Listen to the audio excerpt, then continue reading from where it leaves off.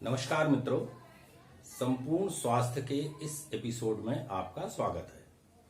तो मित्रों, मेरे एपिसोड डालने में समय ज़्यादा लग जाता है, उसके लिए क्षमा करें। निजी व्यस्तताओं की वजह से कभी कभी ऐसा संभव हो पाता है कि मैं इसके लिए समय निकालूं। इसके लिए उम्मीद है कि आप मुझे क्षमा करेंगे और मेरे एपिसोड्स को देखेंगे। और इसके बारे में अगर आपको कोई सलाह देनी हो, इंक्वायरी करनी हो, तो मेरे फ़ोन नंबर पर मेरे से संपर्क करेंगे या कमेंट में जाकर आप अपनी बात कहेंगे। तो मित्रों, आज के समय में एलर्जी एक आम बीमारी है और शायद ही कोई ऐसा हो जिसको एलर्जी शब्द न पता हो। एलर्जी शब्द सभी लोग जानते हैं और ज़्यादातर ये कोई चीज़ पसंद ना आए या कोई चीज़ अनुकूल न हो, उसके लिए शब्द का प्रयोग किया जाता है कि इस चीज़ से एलर्जी है। और मेडिकल भाषा में भी एलर्जी शब्द का प्रयोग कुछ इसी प्रकार से किया जाता है कि जो चीज़ हमारे शरीर को सूट नहीं करती, हमारे शरीर को अनुकूल नहीं होती, उससे हम कहते हैं कि हमको एलर्जी है।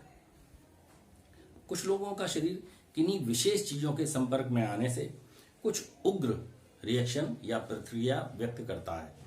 शरीर में किसी प्रकार का कष्ट होने लगता है तो ये कहा जाता है कि उस चीज़ से उस व्यक्ति को एलर्जी है या वो चीज़ उसको सूट नहीं कर रही है। तो एलर्जी की वैज्ञानिक परिभाषा तो कठिन है मित्रों, थोड़ी कठिन है, लेकिन आम तौर की भाषा में कहा जा सकता है कि जिन चीज़ों के प्रति शरीर अति संवेदनशील हो जाता है और उस अति संवेदनशील होने से उपद्रवग्रस्त हो जाता है, कुछ परेशानियां पैदा हो जाती हैं, उसको एलर्जी कहते हैं। यही इसकी आसान और सही परिभाषा है। तो ये उपद्रव क्या क्या हो सकते हैं? छींके आना, सर्दी जुकाम हो जाना, श्वास की तकलीफ होना, त्वचा रोग होना, ददोरे वगैरह पड़ जाना, और इसका बहुत ही घातक जो रूप होता है, हालांकि ऐसा कम होता है एलर्जी का, लेकिन जो घातक रूप होता है उसको एनाफिलेक्टिक शॉक बोलते हैं। इस एनाफिलेक्टिक शॉक में मृत्यु भी हो सकती है। हालांकि ऐसा बहुत कम होता है और ये कुछ ड्रग्स में ही ऐसा होता है, जैसे पेनिसिलिन है या एटीएस का इंजेक्शन हुआ करता था। तो ज़्यादातर इसकी संभावना कम है, लेकिन ये अत्यंत घातक होता है, एनाफिलेक्टिक शॉक। अब एलर्जी होना कोई नई बात या ऐसा नहीं है कि आज ही हो रही है। हमेशा से ये चीज़ हमारे मानव जाति में पाई जाती रही है और ये जरूर है कि पिछले कुछ समय से इसकी मात्रा में बहुत अधिक बढ़ोतरी हुई है और उसका कारण है हम लोगों का पाश्चात्य जीवन और पाश्चात्य आहार विहार का पालन ज़्यादा मात्रा में करना, अपने जो हमारे सनातन धर्म के अनुसार या हमारे पूर्वजों के अनुसार जो आहार विहार और जीवन शैली थी उसको छोड़ते जाना, ये इसका मुख्य कारण है। तो आजकल तो देखा ये जाता है कि करीब करीब हर चौथे या पांचवें आदमी को एलर्जी किसी न किसी रूप में विद्यमान रहती है।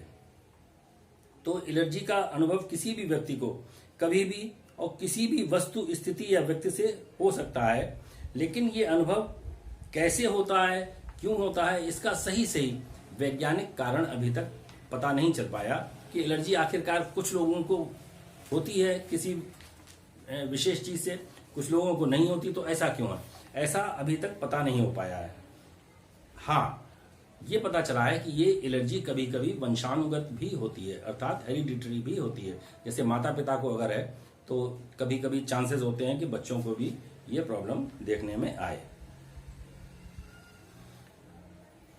बच्चों को एलर्जी होने की, माता पिता को अगर है तो बच्चों को एलर्जी होने की संभावना 20 से 40% के बीच में होती है। ये अच्छा खासा परसेंटेज है, इसीलिए माना जाता है कि ये हेरिडिटरी भी इसका एक फैक्टर है। अब सर्दी जुकाम दमा आदि रोग हों तो अगर किसी को हैं, ये अक्सर बने रहते हैं, तो एलर्जी होने की संभावना और अधिक बढ़ जाती है। अब शरीर एलर्जी को कैसे रोक सकता है? तो मित्रों, हमारे शरीर में एक बीमारियों से लड़ने की आंतरिक शक्ति होती है जिसको कहते हैं रोग प्रतिरोधक शक्ति, अथवा मेडिकल भाषा में इसको इम्यूनिटी बोलते हैं। आजकल कोरोना के समय में इम्यूनिटी का काफ़ी प्रचार प्रसार चल रहा है। बहुत से लोग इसके बारे में बात करते हैं, बहुत से लोग इसको मानते हैं, बहुत से लोग इम्यूनिटी बढ़ाने की कोशिश कर रहे हैं। तो वही इम्यूनिटी या रोग प्रतिरोधक क्षमता जिन लोगों में अधिक होती है, मजबूत होती है, वो एलर्जी के शिकार कम होते हैं, और जिन लोगों में ये रोग प्रतिरोधक शक्ति कम होती है वो एलर्जी के शिकार अधिक होते हैं, आसानी से होते हैं।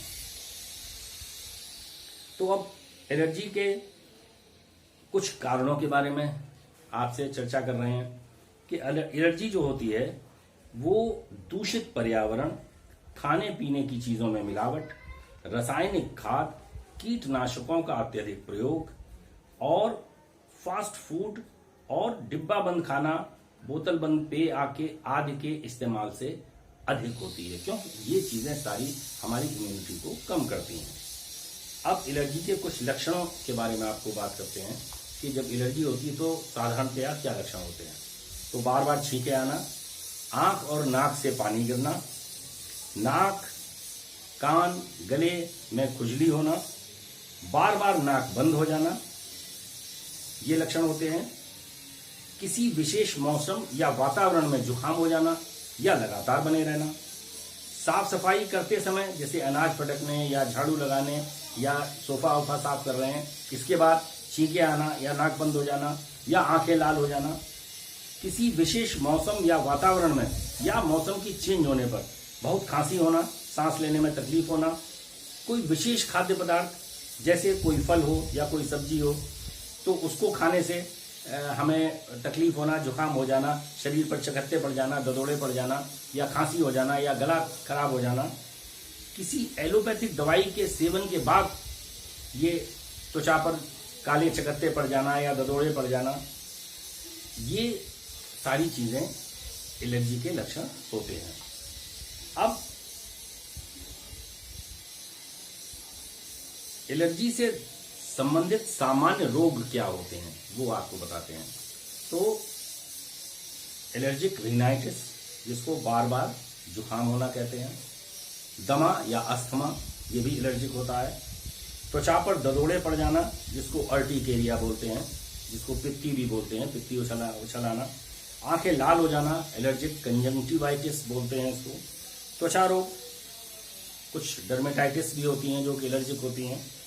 और कभी कभी मित्रों पेट दर्द, उल्टी और दस्त भी एलर्जी की वजह से होते हैं, इसको फूड एलर्जी बोलते हैं। तो एलर्जी के इतने परिचय देने के बाद इसके कुछ कारणों के बारे में आपसे चर्चा करते हैं कि एलर्जी के सामान्य कारण रोजमर्रा के हमारे जीवन में क्या क्या होते हैं। तो पेड़ पौधों के परागकण, विभिन्न प्रकार की धूल के कण, धूल में मौजूद जीवाणु, फफूंद या फंगस, बैक्टीरिया, पालतू पशु पक्षी के शरीर से उत्सर्जित होने वाले पदार्थ या गंध, ये सांस के द्वारा हमारे शरीर में प्रवेश करती हैं और हमको एलर्जी पैदा कर सकती हैं। अब मुंह मार से शरीर में प्रवेश करने वाली चीजें होती हैं जैसे खाद्य पदार्थ, दवाइयाँ, केमिकल, बहुत से पेय पदार्थ, ये होते हैं जो हमारे मुख मार्ग से ओरली हमारे शरीर में प्रवेश करते हैं और एलर्जी पैदा कर सकते हैं।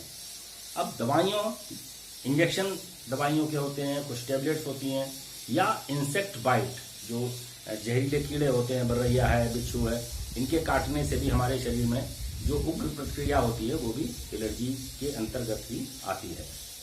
अब कुछ बाहरी पदार्थ त्वचा के संपर्क में आने पर प्रतिकूल प्रतिक्रिया उत्पन्न करते हैं, जैसे हेयर डाई किसी किसी को सूट नहीं करती तो उसका सब चेहरा लाल हो जाता है, सूज जाता है, खुजली मचने लगती है। तो इसी प्रकार बिंदी है, नेल पॉलिश है, क्रीम, पाउडर, डिटर्जेंट, साबुन और नकली जेवर, कुछ वस्त्र, टेरिलीन वगैरह, ये सब भी हमारे शरीर में एलर्जी को पैदा करने के एक कारण होते हैं। अब मित्रों, एलर्जी का निदान कैसे किया जाए, इसकी डायग्नोसिस कैसे की जाए कि हमको एलर्जी किससे है, क्या नहीं है। तो इसके लिए मित्रों हिस्ट्री बहुत महत्वपूर्ण कदम है। पेशेंट की हिस्ट्री लेना, मरीज की हिस्ट्री लेना। हिस्ट्री में क्या क्या चीजें होती हैं कि रोग का आरंभ कब हुआ, कैसे हुआ, किन लक्षणों के साथ हुआ और इससे तकलीफें क्या क्या हो रही हैं। नंबर 2, लक्षण इसकी और कितने दिन तकलीफ बनी रहती है ये पूछना चाहिए। अपने घर के अंदर और बाहर के वातावरण के बारे में जानकारी करनी चाहिए। रोग को पैदा करने या बढ़ाने के क्या कारण मरीज की निगाह में मरीज से पूछना चाहिए कि भाई आप क्या समझते हैं कि किस वजह से ये रोग बढ़ जाता है आपका। दिनचर्या और उसकी दैनिक कार्यों के बारे में जानकारी लेनी चाहिए। पारिवारिक जानकारी लेनी चाहिए कि हेरिडिटरी तो नहीं है, उससे पूछना चाहिए आपके माता पिता को तो नहीं होता था कोई इस प्रकार की चीज़। फिर उससे कहना चाहिए कि आप सोच के बताइए कि किसी विशेष चीज़ के खाने से, किसी विशेष कार्य को करने से तो आपको परेशानी नहीं होती है, तो वो चीज़ आप ढूंढ सकते हैं कि एलर्जी किस चीज़ से इसको हो रही है। अभी तक की किसी दवाई से तो ऐसा हिस्ट्री नहीं मिल रही है कि ये दवाई खाते हैं तो परेशानी होती है, ये हिस्ट्री उससे लेनी चाहिए। और अभी तक इस एलर्जी का जो भी उसने ट्रीटमेंट किया हो उस ट्रीटमेंट के बारे में मरीज से जानकारी लेनी चाहिए। इन चीज़ों से चिकित्सक को ये काफ़ी सहायता मिलती है ये जानने में कि इसकी एलर्जी किस प्रकार की है और किस कारण से हो रही है और कौन सी दवाइयाँ इसमें असरकारक होंगी, फायदा करेंगी। और आजकल लेबोरेटरी इन्वेस्टिगेशन के बारे में अगर कहा जाए तो पहले तो मित्रों एलर्जी की जांच बहुत लंबी और कष्टदायक प्रक्रिया थी। उसमें ये तमाम इंजेक्शन लगाए जाते थे और उनको देखा जाता था कि क्या है, तो कभी 5 इधर लग गए, फिर 4-6 दिन के बाद गए, अगर फिर 5 इधर लग गए, इस तरीके से काफ़ी इंजेक्शन होते थे। लेकिन अब तो सीधे ब्लड एग्जामिनेशन से ही पता चल जाता है कि एलर्जी किस चीज़ से है और किस चीज़ से नहीं है। हालांकि इस एग्जामिनेशन का खर्चा भी ज़्यादा है, लागत ज़्यादा होती है इसमें, लेकिन फिर भी आसान है कि इससे पता चल जाता है कि एलर्जी क्यों है। तो एलर्जी के बारे में मित्रों, हाँ, ट्रीटमेंट के बारे में और आपको बताएं कि बहुत सी एंटी एलर्जिक मेडिसिन आती हैं एलोपैथिक में जो अपने डॉक्टर की सलाह के अनुसार आप प्रयोग कर सकते हैं। आयुर्वेद के अनुसार, देशी चिकित्सा के अनुसार एक हरिद्रा खंड आती है दवा, उसके सेवन से भी एलर्जी में आपको आराम मिलेगा। नीम या नीम के बने हुए जो भी दवाइयाँ हैं जैसे पंचनिम्बादिवटी है तो इससे भी आराम मिलेगा। त्रिफला जो होता है वो भी एलर्जी में आराम करता है। और जितनी दवाइयाँ रोग प्रतिरोधक शक्ति को बढ़ाने वाली हैं वो भी एलर्जी में कहीं ना कहीं हमको डायरेक्ट या इनडायरेक्ट रूप से फायदा करेंगे। बाकी तो एलर्जी के कारण के हिसाब से ही इसकी चिकित्सा होती है, तो अपने चिकित्सक से मिलकर भी इसकी चिकित्सा के बारे में निश्चित करें। नमस्कार, स्वस्थ रहिए,